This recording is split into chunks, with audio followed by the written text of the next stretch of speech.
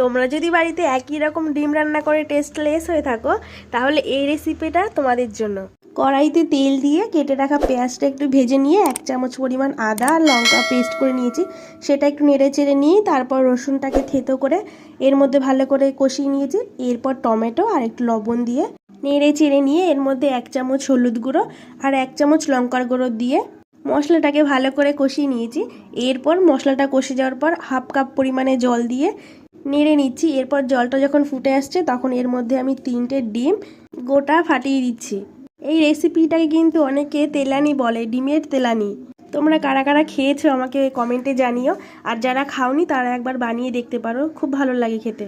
এরপর ডিমটাকে আমি ঢেকে দিয়েছিলাম 2 মিনিট মতো। 2 মিনিট পর ঢাকনা সরিয়ে দিয়ে গুঁড়ো গরম মশলা ছড়িয়ে একটু নেড়ে চেড়ে নিয়েছি। যখন মশলাটা থেকে তেল ছেড়ে দেবে তাহলে বুঝবে হয়ে গেছে রেসিপিটা। এবার আমি নামিয়ে নিচ্ছি। ভিডিওটা কেমন লাগলো জানিও আর লাইক করে